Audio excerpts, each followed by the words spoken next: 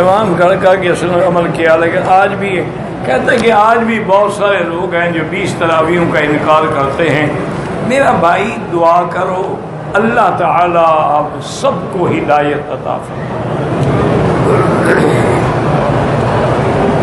اور جس دور سے اور جس وقت سے ہم گزر رہے ہیں نا، یہ وقت ایسا نہیں ہے کہ ہم فروعی مسائل میں اختلاف کریں،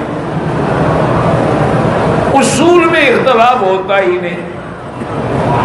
اچھا فروع میں مجتہدین کے اندر اگر اختلاف ہے، سب موجود ہے، سب کو اللہ اجر دیں گے، سب کا اللہ اجر قبول کریں گے، لیکن جمہور کا فتویٰ یہی ہے کہ 20 رکعت تراویح۔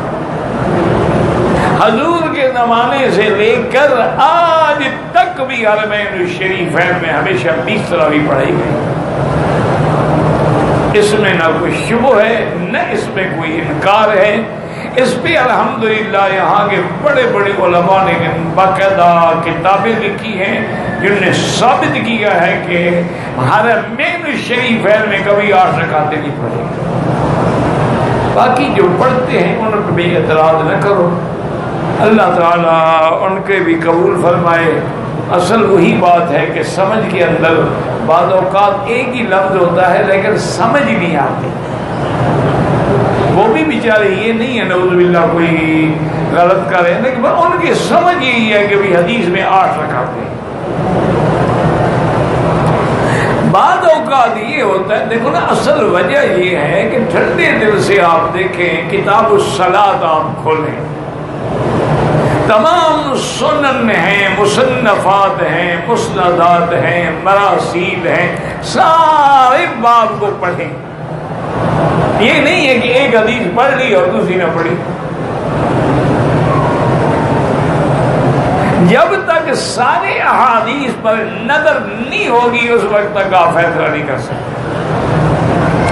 اس لیے ہم مثلا امام ابو حنیفہ، امام شافعی، امام مالک، امام احمد حنبل رحمۃ اللہ علیہم ان کو ترجیح کیوں دیتے ہیں کہ ایک تو ان کا زمانہ حضور کے قریب ہے، دوسرا ان کی دیانت، امانت اور تقوی جو ہے وہ ضرب المثل ہے، اور تیسرا یہ ہے کہ جتنا وہ دین کو سمجھنے والے ہیں اتنے ہم نہیں ہیں۔ تو لہذا ہم نے ان کی بات کو، ان کے اقوال کو ترجیح دی ہے بجائے اس کے کہ ہم خود اپنی رائے پہ عمل کریں۔ اصل مسئلہ جو ہے نا جی وہ یہ ہے بڑا کہ لفظ تھا قیام اللیل، تو قیام اللیل میں تراویح بھی، تہجد بھی، وتر بھی، یہ سب قیام اللیل آیا ہے کتابوں میں۔ پھر جب تنقیح ہوئی احادیث مبارک میں کہ تہجد الگ چیز ہے، تراویح الگ چیز ہے، وتر الگ چیز ہے۔ مثلا ایک حدیث پاک میں ہے بی بی عائشہ صدیقہ رضی اللہ عنہا سے پوچھا گیا کہ سرکار دو عالم کی کتنی رکعت، چونکہ گھر کی بات کتنی رکعت نماز پڑھتے تھے، تو آپ نے فرمایا کان یصلی 7 رکعات اربعا فلا تسأل عن حسنہن وطولہن۔ حضور 8 رکعت پڑھتے تھے بیٹا، لیکن 4 رکعت پڑھ کر کے پڑھتے تھے۔ حضور کی نماز میں جو حسن تھا، جو کمال تھا، جو جمال تھا، وہ میں کیسے بتا سکتی ہوں؟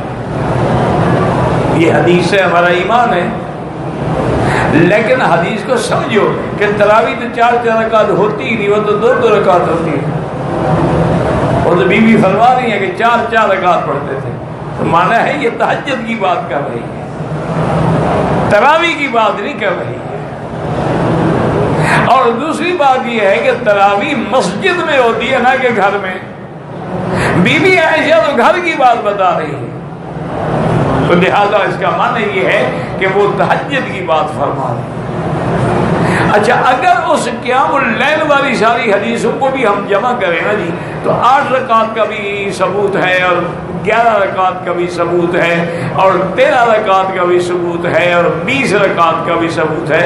اب خدا کے لیے جھگڑے نہ کرو، ٹھنڈے دل سے سوچو، جس بندے نے 20 رکعت تراویح پڑھی تو ساری حدیثوں پہ عمل ہو گیا، 8 والی پر بھی، 11 والی پر بھی، 13 والی پر بھی، 20 والی پر بھی، اور جس نے 8 پڑھی باقی حدیثوں کو کیوں چھوڑ دیا؟ تو اس لیے ذرا ٹھنڈے دل سے لڑائی جھگڑے نہ کرو. دشمن تو امت کو انہی باتوں پہ لڑانا چاہتا ہے کہ 1400 سال گزر گئے، دیکھو جی مسلمان ابھی تک تراویح پہ لڑ رہے ہیں، آمین پہ لڑ رہے ہیں. اور کچھ تو یہ کہتے ہیں کہ حضرت عمر اگر اللہ کے پیغمبر کے بعد آپ کے خلفائے راشدین بھی بدعت کرتے تھے تو پھر ہم آج اور بدعتیوں سے کیوں لڑتے ہیں؟ اللہ فرماتے ہیں کہ میرے خلفائے راشدین کا عمل اسی طرح سنت ہے جیسے میری سنت ہے، اس کو بدعت کیسے کہا جا سکتا ہے؟ علیکم سنتی و سنت الخلفاء الراشدین المہدیین تمسکوا بها وعضوا علیہا بالنواجذ. پہلے بات یہ تھی کہ تراویح تو موجود تھی، وہ بدعت ہو نہیں سکتی. بدعت وہ ہوتی ہے جس کی اصل نہ ہو. قرآن میں، حدیث میں، اجماع میں کیا تراویح تو تھی لیکن سب قاری الگ الگ پڑھ رہے تھے. حضرت عمر نے اتنا کیا کہ ان کو ایک امام کے پیچھے کھڑا کر دیا کہ ایک ہی جماعت ہو اور ایک ہی جماعت میں اتفاق ہو. یہ نہ ہو کہ ٹکڑی ٹکڑی نظر نہ آئے ایک طرف. جیسے کہ قرآن تو موجود تھا لیکن جمع حضرت ابو بکر نے کرایا. اب حضور کے وقت تو اس طرح دفاتین میں نہیں تھا لیکن قرآن تو تھا نا. اس لیے اللہ سے دعا کریں. کچھ نوجوان بچے ہوتے ہیں اور جذبات میں آ کے پھر ایسی باتیں کہہ جاتے ہیں. اللہ معاف کرے، اللہ معاف کرے. جو کسی عام عالم کے بارے میں بھی کہنے سے ڈر لگتا ہے چل جائے کہ صحابہ پر آدمی اعتراض کرے، اور خاص طور پہ حضرت عمر پر یا حضرت عثمان پر.